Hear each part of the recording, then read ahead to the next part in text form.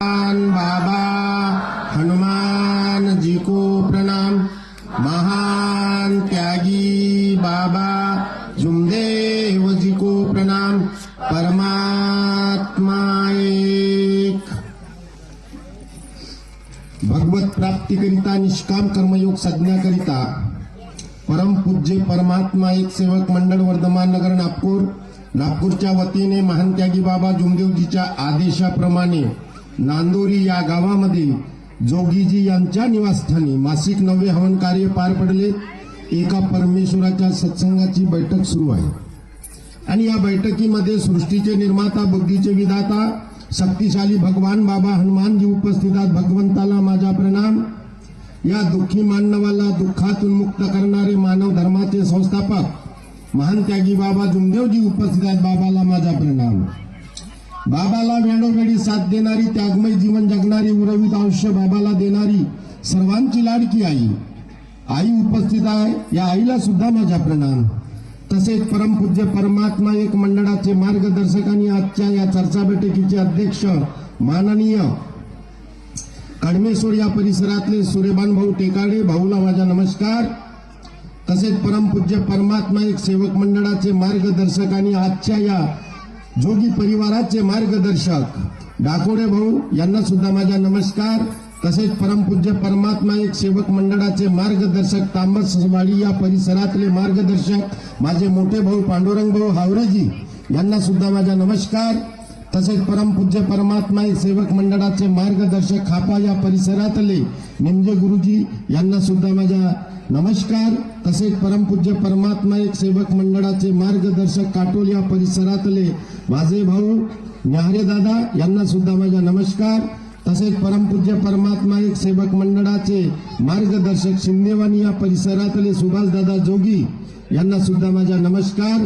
तसेच परमपूज्य परमात्मा एक सेवक मंडळाचे सेवक गायकवाड काका यांना सुद्धा माझा नमस्कार। तसेच परमपूज्य परमात्मा एक सर्व मंडळाचे मार्गदर्शक कार्यकर्ता सेवक सेविका बालगोपाल सर्वांना माझ्या हृदयातून हार्दिक नमस्कार। तया विना अन्न कोठे मनाला बोध विसकया नाही का। मनाला स्थिर करवाया धरी गुरु प्रेम हृदया। बाबाच्या निवासस्थानी चांगल्या धान्याचे बळीरामजी झलके गेले होते त्यावेळेस बाबा जुमदेवजी बोलले मनाला स्थिर करवाया धरी गुरु प्रेम हृदया तया विना अन्न कोठे मनाला बोध विसकया। मग आपल्याला काय करायचं? आपल्याला एकच करायचं आहे, भाव भक्तीचा संयोग करा तमो गुण सारे मागे सारा समाधीत होऊन या रंग वैराग्यात। 78 वर्ष झाले। काल जो कार्यक्रम झाला 15 नोव्हेंबरचा 78 वर्ष झाले। बरेचशा शौकाचे अनुभव त्या ठिकाणी मिळाले। मानव धर्माचा बाजार भरला होता काल त्या भवनामध्ये। बरेचसे आलेच असतील। 78 वर्षाचा रेकॉर्ड तुटला काल। एवढी पब्लिक त्या ठिकाणी मी पाहिलीच नाही। 15 नोव्हेंबरला जयंतीला खूप येतो पण 15 नोव्हेंबरला एवढी पब्लिक कधी राहत नव्हती। रेकॉर्ड तुटला 78 वर्षाचा की एवढी त्या ठिकाणी बाबाचे सेवक सेविका बाल बालिका लहान लहान छोटे छोटे बाळ घेऊन आले होते। या कार्नरवरून तर त्या कार्नरपर्यंत जातवरी एका सेवकाला 2 तास वेळ लागत होती, एवढी पब्लिक होती। म्हणून विचार करायचा आहे, आपल्याला विचार करून चालायचं आहे। आपण ते नाही करत। आपण काय करतो? तुम्ही असं चांदता तिला काय म्हणतात? चांदता तिला काय म्हणता? चालणी। आणि शिवता तिला काय म्हणता? सुई। आता सुई आणि चालणीची दोस्ती झाली। सुईची आणि चालणीची दोस्ती झाली। आता चालणी काय म्हणते सुईले? तू खूप विद्वान आहेस म्हणते, कारण तू फाटलं शिवतस म्हणते नाही का। तू फाटलं शिवतस तू खूप विद्वान आहेस म्हणते, मात्र एकाच गोष्टीनं वाया गेलीस म्हणते, नाही का? चालणी काय म्हणते त्या सुईले, तू एकाच गोष्टीनं वाया गेलीस, कारण तुला एक छिद्र आहे म्हणते. आज सुई म्हणते मा एक छिद्र दिसला, तुला किती छिद्र आहेत म्हणते. सुई काय म्हणते, मा एक छिद्र तुला दिसला आणि तू चालणी आहेस ना, मग तुला छिद्र किती काय. म्हणण्याचं तात्पर्य प्रत्येकाला आपले कर्म करायचे आहेत, दुसऱ्याकडे बोट जाऊ नका, नाही का? आपल्याला दुसऱ्याच्या डोळ्यातला कुसर दिसते, आपल्या डोळ्यातला मुसर दिसत नाही. ही परिस्थिती आज आली आहे, म्हणून जोगी साहेबांना तो उदाहरण दिला इथं, नाही का? ही परिस्थिती आपल्यावर काय येते, आपण स्वतःकडे पाहिलं असतं परिस्थिती आली नसती. आपण स्वतःकडे पाहत नाही, म्हणून ती वेळ आपल्याकडे येते. नाही सोडली दारू, नाही मानले नियम. मार्गावर दारू पिणारे बी दारू पितात. नाही सोडली दारू, नाही मानले नियम, तू सेवक बहिमान. सर्वच नाही रे भाऊ, नाही का? तो सेवक बहिमान, त्याला मारण गदा माग होईन सीधा तो बाबाजी हनुमान. नाही सोडली दारू, नाही मानले नियम, तो सेवक बहिमान, त्याला मारण गदा माग होईन सीधा तो बाबाजी हनुमान.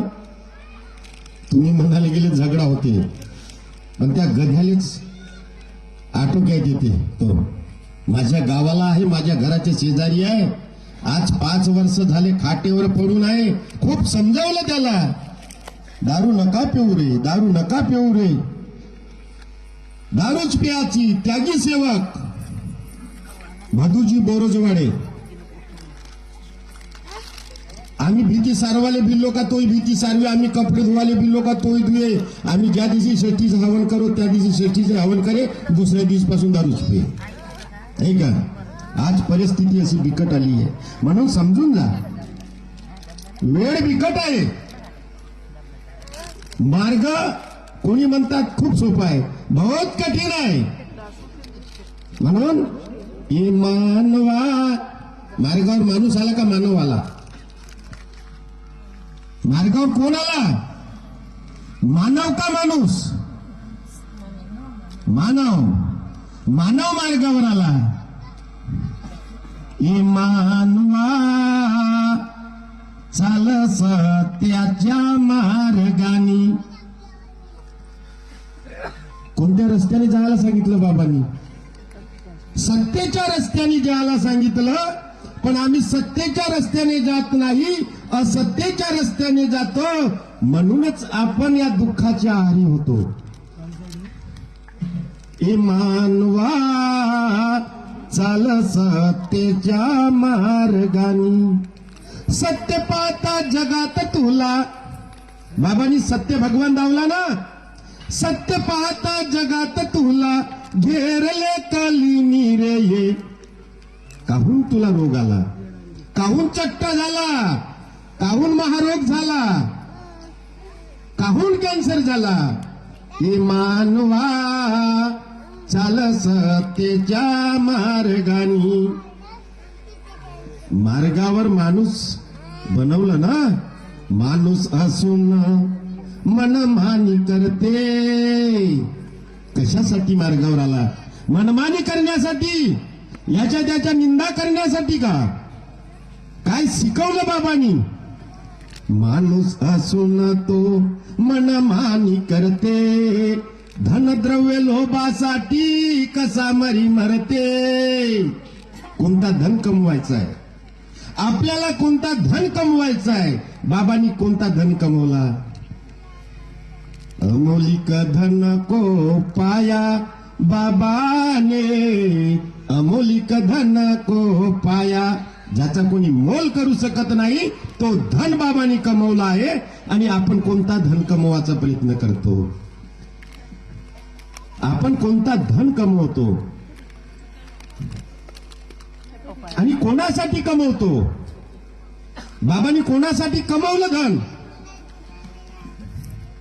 लाखो अब्जो करोडो रुपयाचा बाबाचा धन आहे. कोणासाठी कमवलाय बाबांनी तो धन?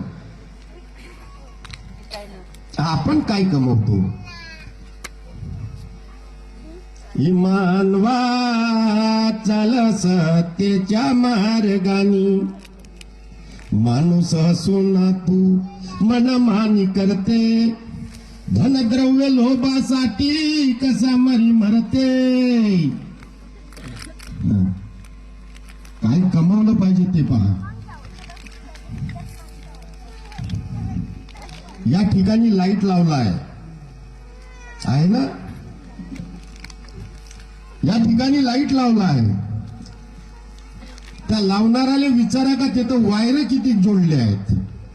किती जोडले असतील वायर तिथं? न्यूट्रल आणि फेस. मग ज्या लाईटाचा न्यूट्रल बराबर असन तर लाईट लागन, आणि न्यूट्रल बराबर नसन तर लाईट लागन का? भगवानजी लागन का? न्यूट्रल म्हणजे कोणता वायर होय? तुमच्या घरचा. तुमच्या घरचा न्यूट्रल म्हणजे कोणता वायर?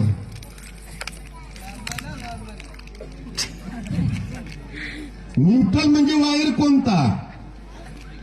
हेच तर तुम्ही व्हा, नाही का? मग तुमच्या घरचा न्यूट्रल बराबर जर असन तर तुमच्या घरी त्या लाईटाचा उजेड होईल भगवानजी. आणि न्यूट्रल जर बराबर असन नाही तर लाईटाचा उजेड होणार नाही. मग तुम्ही न्यूट्रलले काहून कमजोर समजता? स्वतःच्या पत्नीला काहून कमजोर समजता? अरे ज्या महामाहुलीनं एवढा योगदान दिला, तरच माझ्या बाबांनी एका परमेश्वराची प्राप्ती केली आहे. तुम्ही घरच्या बाईला का कमजोर समजता? अरे तिच्याशिवाय तुमच्या लाईटाचा उजेडच होत नाही. आणलाय का कुणीकडे त्यांची पत्नी? न्यूट्रल आलाय ना, हा न्यूट्रल इकडं फेस तिकडं नाही, एका जागी दोन्ही वायर पाहिजे. हो का? हा हा हा. निश्चय आहे नाही का? निश्चयालाच निशांतर करू नका, नाही का? बरेचसे उदाहरण आहेत. अकेला आया है और अकेला जाएगा. पण मला एवढं म्हणायचं आहे, अरे 2 बिगर येत नाही ना 4 बिगर जात नाही. कसं जी? अकेला आहे क्या तू? नहीं, दोनों का साथ तब आया. दोघा बिगर येत नाही आणि 4 माणसाशिवाय मशान घाटात जात नाही, नाही का? खरी आहे का जुगी भाऊ? कुणीकडे आहेत? गेले का? आमचे मोठे भाऊ हसून राहिले पंडू नाही. म्हणून कसा बोलायचं आहे आपल्याला, कसं चालायचं आहे, नाही? बाबांनी काय शिकवलं आम्हाला? अरे चंदनापरी ते झिजले इमान बाबानं जागवले, मानव धर्मासाठी बाबानं रक्ताचे पाणी केले, आणि आम्ही ना सप्पा तुकडे करून टाकले. का इज्जतदारीनं नाही जेवलो आम्ही. याचा आवरून त्याचा आवरून त्याचा खाऊन त्याचाही खाऊ, नाही? बाबांनी आम्हाला जे शिकवलं आहे ते जर आम्ही शिकलो, अरे या सेवकावर बाबाचं म्हणणं आहे, एका गावात एक सेवक असाल पण सर्वापेक्षा निपुण राहीन म्हणे. पण नाही, ती वेळ आम्ही येऊ दिली म्हणून आम्ही आज सर्वाच्या खाली गेलो, नाही का? वानखेडे भाऊ नाही का? एक जातो इकडे ना दुसरा जातो तिकडे, असं कुठवरी चालायचं जमन का? शिकवण माझ्या बाबाची आहे, नाही? एक जातो इकडे ना दुसरा जातो तिकडे, असं कुठवरी चालायचं, दिवसभर खोटाच बोलायचं, नाही का? खूप प्रचार केला माझ्या नावाचा. चारगावचा गद्रे चोर आहे, चारगावचा गद्रे बदमाश आहे, तो बाबावर टीका करते. अरे मी केल्या ना बाबावर टीका, कोण्या बाबावर केल्या याचा विचार तर करा. ते होतेच कोंडासावरी गावामध्ये माझ्या नावाचा जेव्हा उच्चार केला ना ते होते. अरे 3 एप्रिल 1921 ला महानत्यागी बाबा जुमदेवजी जन्म आले आणि 3 ऑक्टोबर 1996 ला भगवंतात विलीन झाले. त्यानंतर जे बाबा तयार झाले त्या बाबांनी सेवकाला फसवलं म्हटलं आहे मी ना, नाही का. ज्या बाबानं तुम्हाला मला सर्वाला दुःखातून मुक्त केलं त्या बाबांनी नाही फसवलं आम्हाला. भोंगी बाबा तयार झाले आहेत, कोणी आत्मबोलवाले झाले, कोणी कोची झाले, कोणी कोट झाले, कोणी वगैरे वगैरे सर्वच झाले. त्यांनी फसवलं. काय बोललो मी. एक जातो इकडे ना दुसरा जातो तिकडे असं कुटवारी चालायचं, दिवसभर खोटाचं बोलायचं. चालन का जे मार्गावर खोटं बोलणं. खोटं बोलणार नाही म्हणतो ना, मग चालन का. कशासाठी खोटा बोलता. स्वार्थासाठी. अरे मी चुकलो असं माझ्या घरी 25 लोक या, माझी चूक दुरुस्त करा, मी सुधरून जाईन ना, नाही का. माझी चूक मला लक्षात जर आली तर सुधरीन नाही का. माफी मागीन त्या परमेश्वराला, माफी मागीन त्या महान त्यागीला की बाबा मी चुकलो. या माईकवर त्या माईकवर काय होणार आहे. कब तक चलेगी, एक दिन उनको सजा मिलेगी. खोटी अठ्ठन्नी कब तक चलेगी. खोटा सिक्का चालन का बाजारात. आणि जो सही सिक्का आहे तो चालणार आहे. त्याला मातीत फेका, गागऱ्यात फेका, खोटे फेका, पण खरा आहे ना तो चालन ना. आणि खोटी अठ्ठन्नी खूप पुसपास करून खिशात ठेवाल पण ते चालन का. नाही चालणार. याचा विचार करा. आपल्याला तोच एक विचार करायचा की मार्गावर कशासाठी आलो. मार्ग म्हणजे रस्ता. बाबांनी जो रस्ता दावला त्या रस्त्याने चाला. जुमदेव बाबानं तत्व शब्द नेमान त्याग करून या देहाचा. कसं काय त्याग केला बाबांना. अरे त्या कोंडा कोसरा परिसरात पवनी तालुक्यामध्ये सुनंदाबाई मेश्रामच्या घरी बाबा गेलेत. बाचेवाडीला. आणि 500 रुपये कमी गेले होते भाग भांडवल बँकेत भरण्यासाठी. त्यावेळेस 500 रुपये मागण्यासाठी गेले. त्यावेळेस बाईजवळ पैसेच नव्हते. बाबा काय म्हणत होते की तू 500 रुपये वर्गणी देत असाल तर बाबा तुझ्या घरी थांबते. पैसेच नव्हते सेवक भाऊ जवळ. बाबाजवळ सेवक उभा होता, बाई आतमध्ये होती. तिथून पतिदेवाला इशारा केला बाईनं आणि बाबाला अर्ध्या तासाची अवधी मागा. बाबानं अर्ध्या तासाची अवधी दिली. मेश्रामबाईनं गड्यातली एकदानी पतीला दिली. गाण ठेवली ना बाबाला 500 रुपये वर्गणी दिली. हे बाचेवाडी गावची मेश्रामबाईच्या घरची हकीकत आहे. अशा परिस्थितीमध्ये 700 घराचे सेवक होते. अशा परिस्थितीमध्ये बाबानं खजिना तयार केला. बाबानं बँक तयार केली आणि या मार्गाचे काही माय भाऊ बंद